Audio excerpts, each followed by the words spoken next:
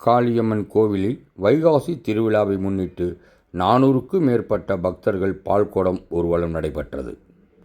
திண்டுக்கல் மாவட்டம் ஒய்யமார்பட்டியில் அமைந்துள்ள காளியம்மன் திருக்கோவிலில் வைகாசி மாதம் திருவிழாவை முன்னிட்டு ஆலயத்தில் சாமி சாட்டுதலுடன் திருவிழா தொடங்கியது.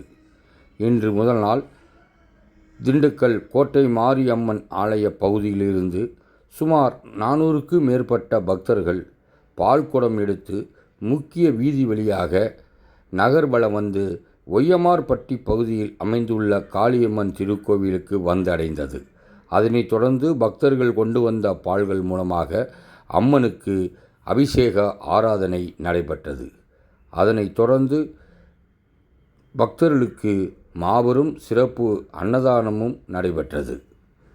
நாளை புதன்கிழமை மாலை 5 மணியளவில் கோவில் வளாகத்தில் பூக்குழி இறங்கும் நிகழ்ச்சியும் நடைபெறுகிறது.